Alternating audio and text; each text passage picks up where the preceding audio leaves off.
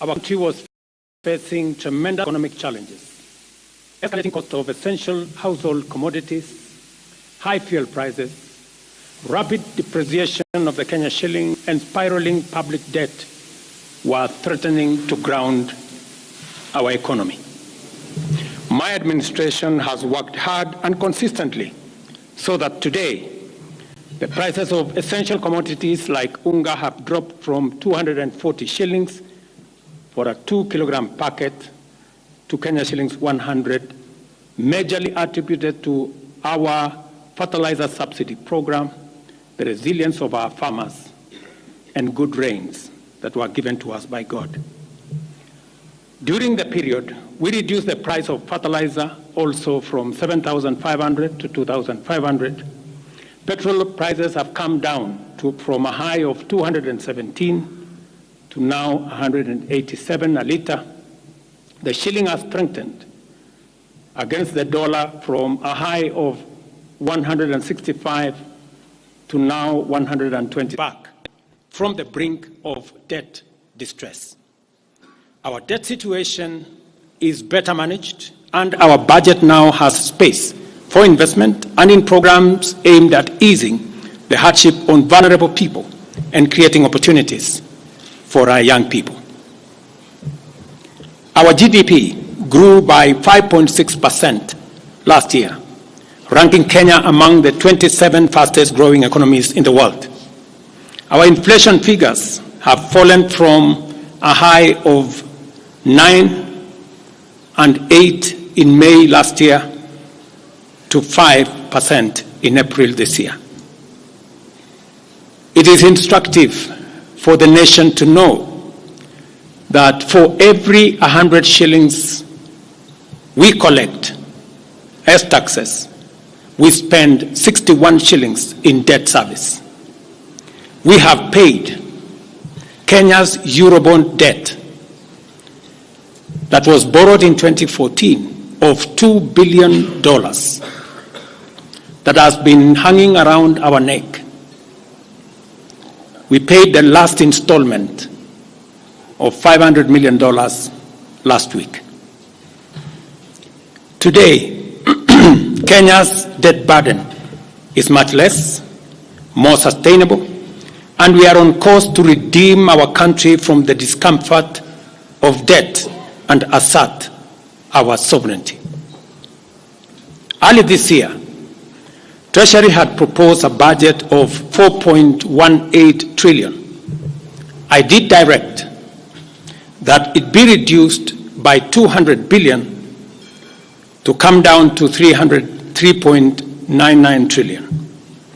The Finance Bill 2024, generated to actualize this budget, underwent public participation, which resulted to concessions by which we agreed to drop proposals on VAT on bread, motor vehicle circulation tax, VAT on locally manufactured diapers and sanitary pads, as well as excise duty on money transfer services, among others.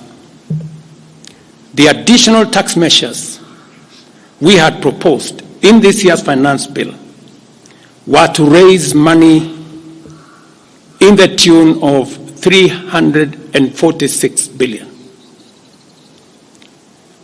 When the concessions were made, subsequent to public participation that was undertaken by Parliament, that came down to 200 billion. I had made this proposal taking into account our situation and the priorities that are there. I want to thank the members of Parliament seated behind me and those who voted yes for identifying the priority areas of our nation. Because when I made the proposals to Parliament with my cabinet, we had certain critical priorities for the nation. Number one is our agriculture. We did make recommendation, and part of the money we were going to raise from the finance bill was 10 billion shillings that will go to fertilizer subsidy, 18 billion shillings that would go to making sure that junior secondary school teachers, 46,000 of them would be confirmed on permanent and pensionable basis. We are very clear in our minds that education being the greatest equalizer, no child in Kenya should go to a school where there is no teacher or where there are no adequate teachers. It is because of that reason that in this finance bill also we had committed to hire an extra 20,000 teachers.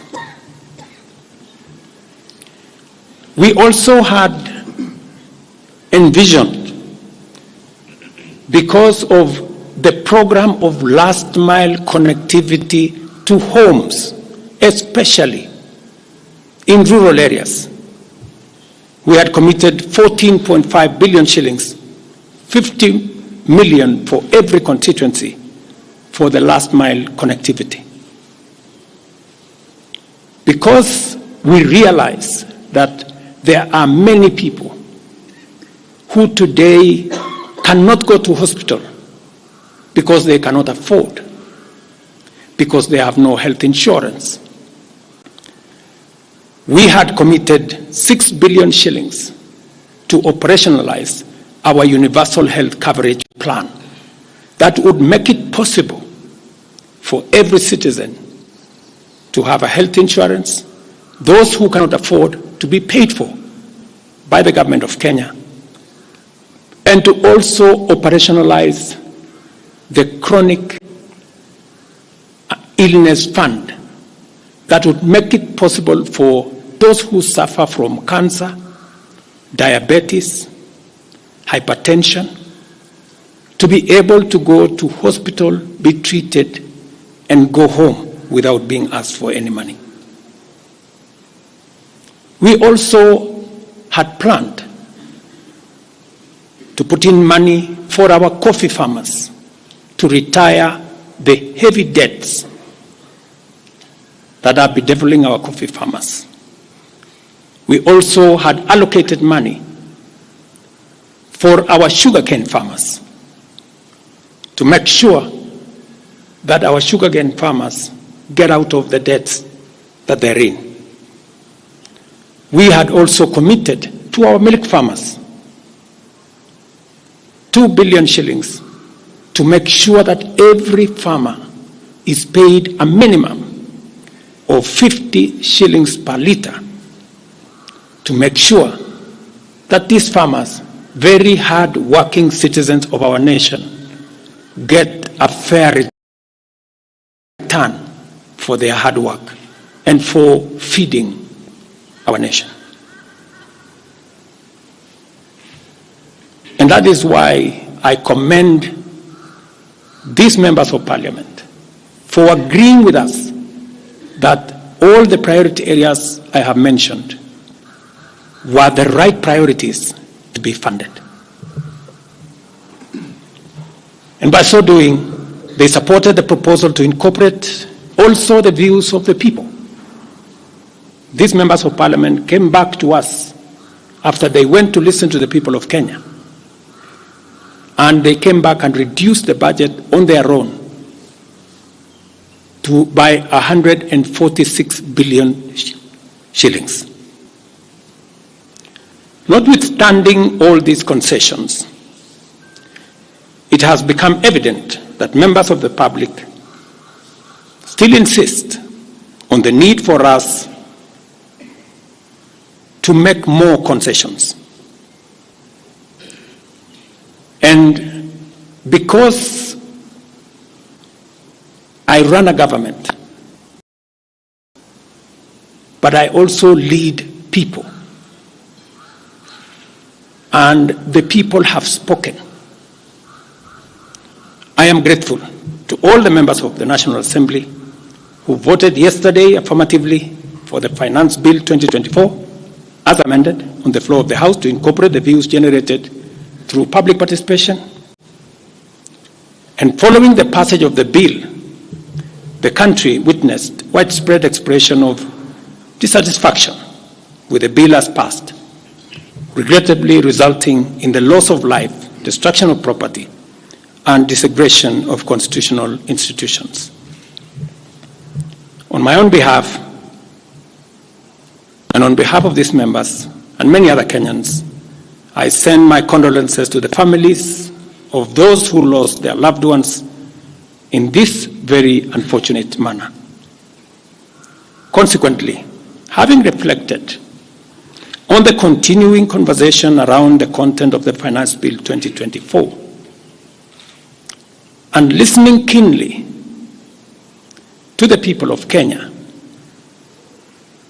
who have said loudly that they want nothing to do with this Finance Bill 2024, I concede, and therefore I will not sign the 2024 Finance Bill, and it shall subsequently be withdrawn, and I have agreed with these members that that becomes our collective position.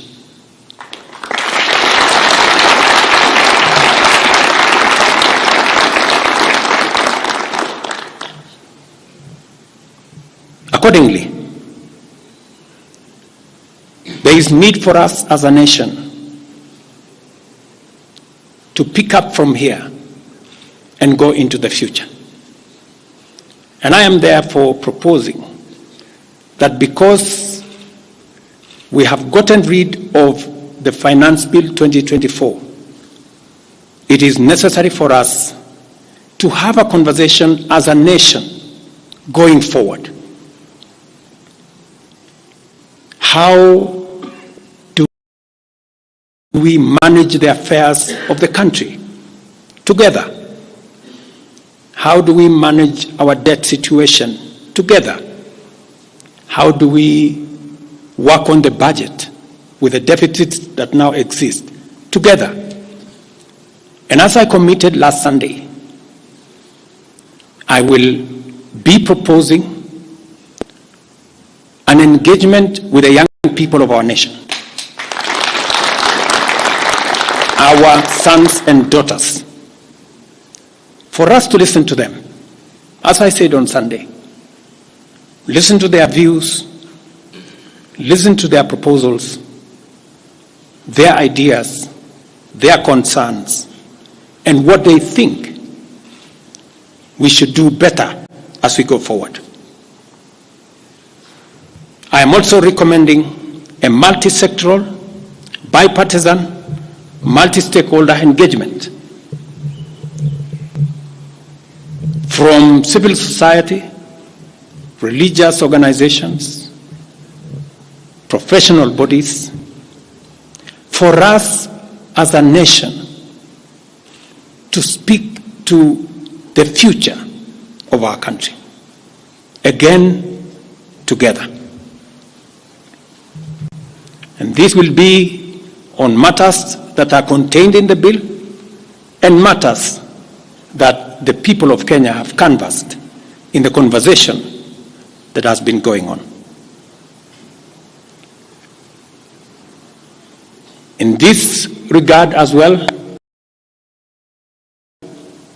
I am directing for immediate further austerity measures to reduce expenditure, starting with the office of the President,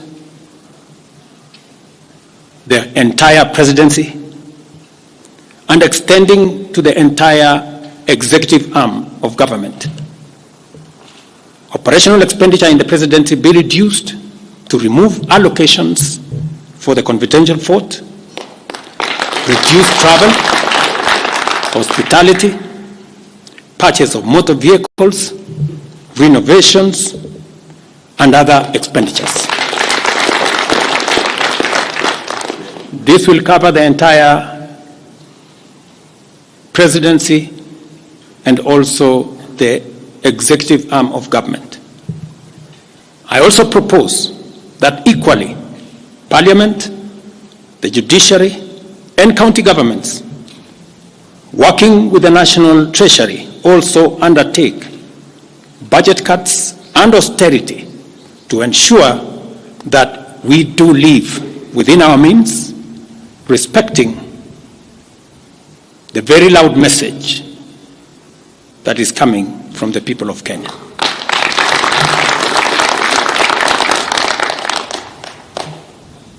And let me confirm that I have discussed with many stakeholders.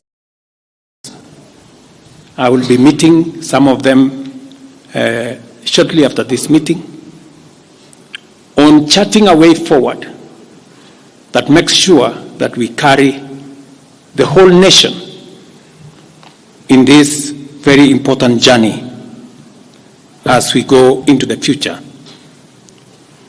as a country.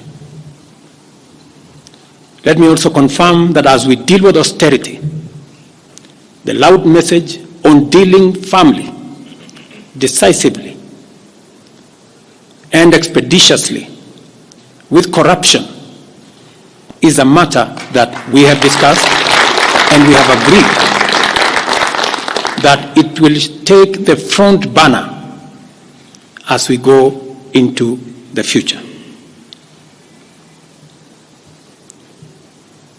We will continue to do this and carry out this very important conversation. And I want to remind us that we should proceed within the foundational principles upon which our nation is founded, namely constitutionalism, adherence to the rule of law, and respect for constitutional institutions. We must continue to operate within the parameters of the law. I thank you.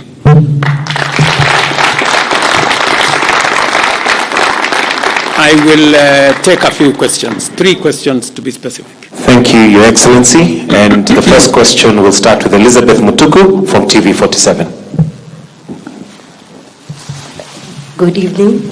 My question is on young leaders from the Gen Z generation who were abducted yesterday and the day before yesterday. What happens to that? Second, there were young people who were killed during the demonstrations. What do you speak of that as the head of state? Thirdly, how do we move forward on the budget cuts, especially now that you've said that we're going to have austerity measures, yes, but how then do we secure development? Thank you very much. Please. No, it's okay. So I have said young people, 6 to be exact, 6 people yesterday lost their lives. Very unfortunately, they shouldn't have lost their lives. And I have said it is a very unfortunate situation. I wish that would not have happened. And there is a framework that will make sure that those 6 Kenyans who died yesterday will be accounted for. Number 2, I did promise the country that there will be no extrajudicial killings going forward. And ever since I came into office, there is not one incident of extrajudicial killing. What you said about abduction are statements that were attributed to some of our civil society groups, but all the people they mentioned have since been found in police custody, and those that were already processed were already released. On the matter of development that you have said, minus the finance bill, it means that some of the development programs amounting to 200 billion shillings, we will have to cut down, to delay them. They will have to wait, some of them, for next year.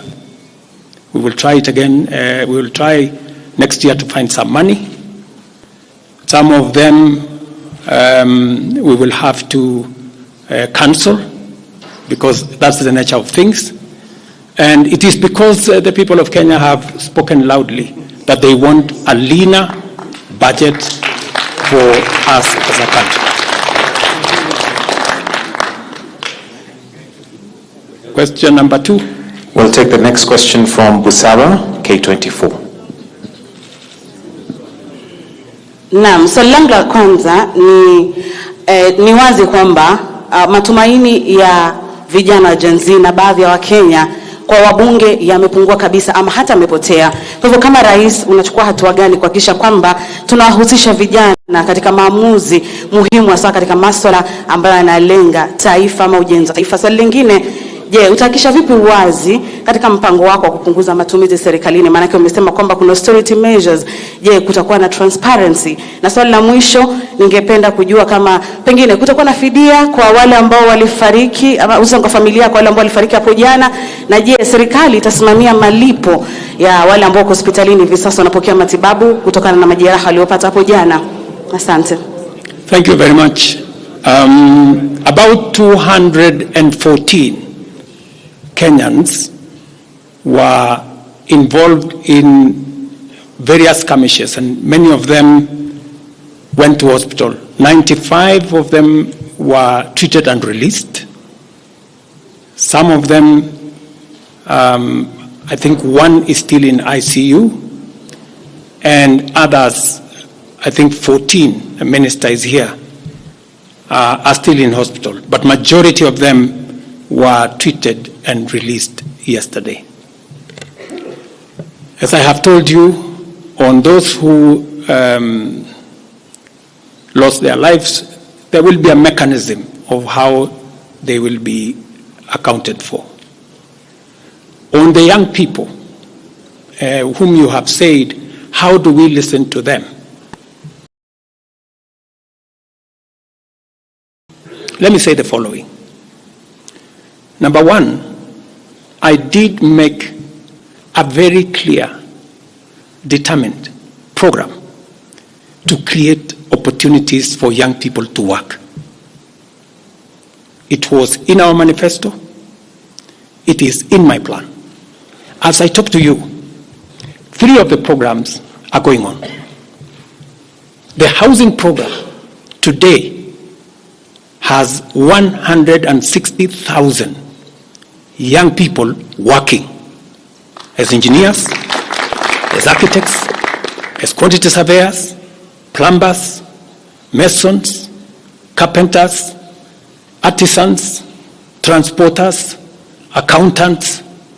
We have 160,000 young people working, because I did take the decision that if we don't deal with millions of young people out of school, out of college, who have certificates and they don't have jobs, they will soon become a very big challenge for us as a country, as we are witnessing at the moment. All the young people you see, they are looking for opportunity. They are looking for jobs.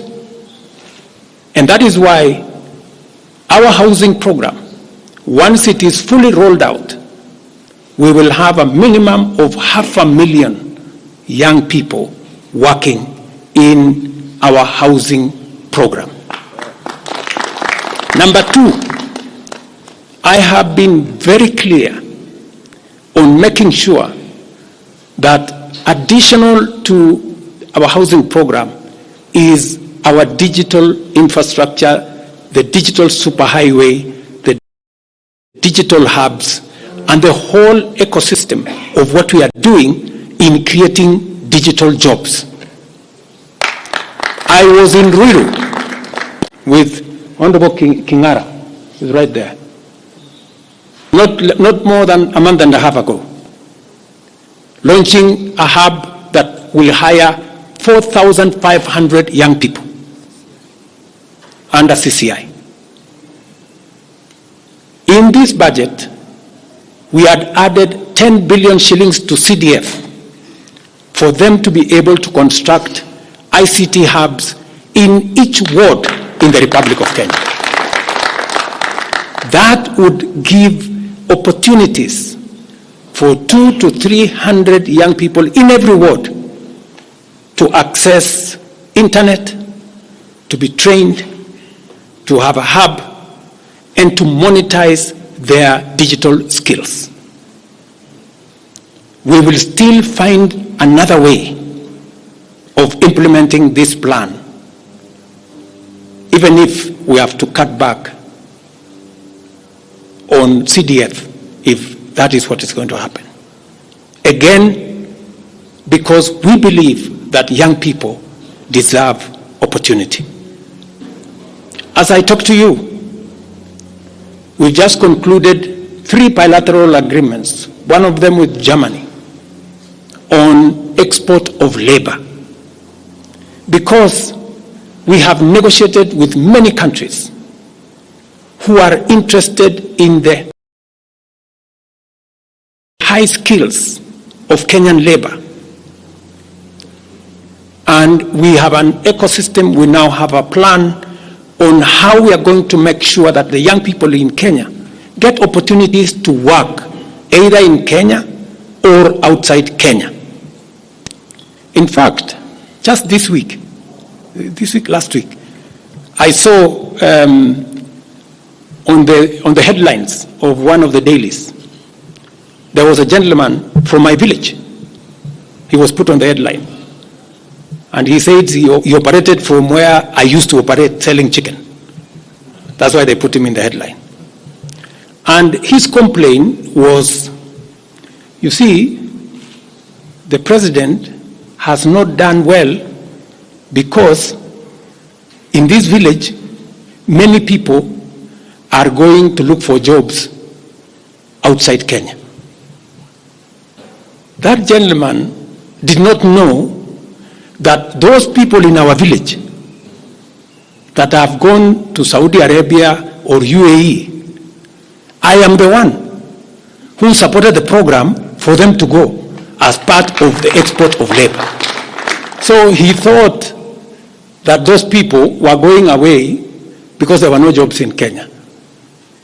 But it is part of this plan I have kept on talking about, because I think it was called Misoy or somebody. If you go and check the headline, I think of last week, Thursday or Friday, he was there.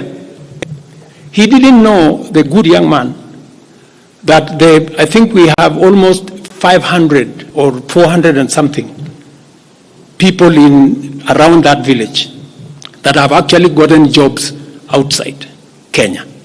And they are changing that village. And that is actually an admission by that gentleman that our plan on export of labor is working. And number 2, that when we committed ourselves to making sure that we create opportunities for young people to work, we meant it. So we have a program on housing, we have a program on digital jobs, we have a program on export of labor, we have a program on the whole manufacturing sector. Let me give you another example. Now I'm talking this as a leader.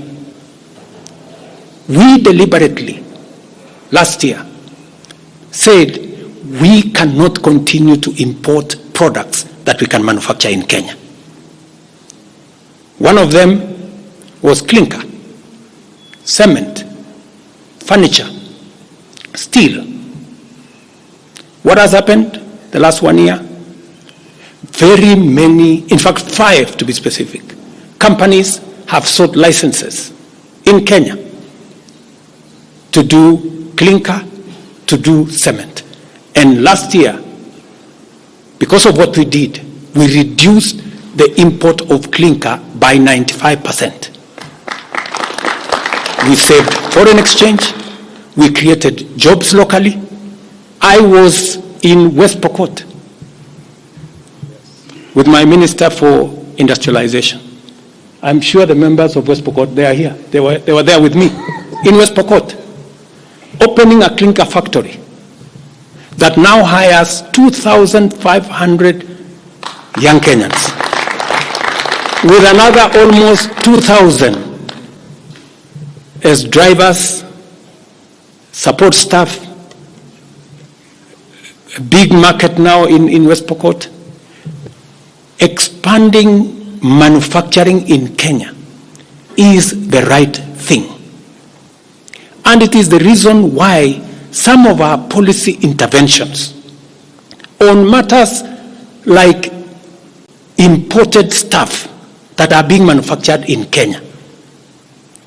For example, we have said substandard, low quality imported sanitary pads from China and other places.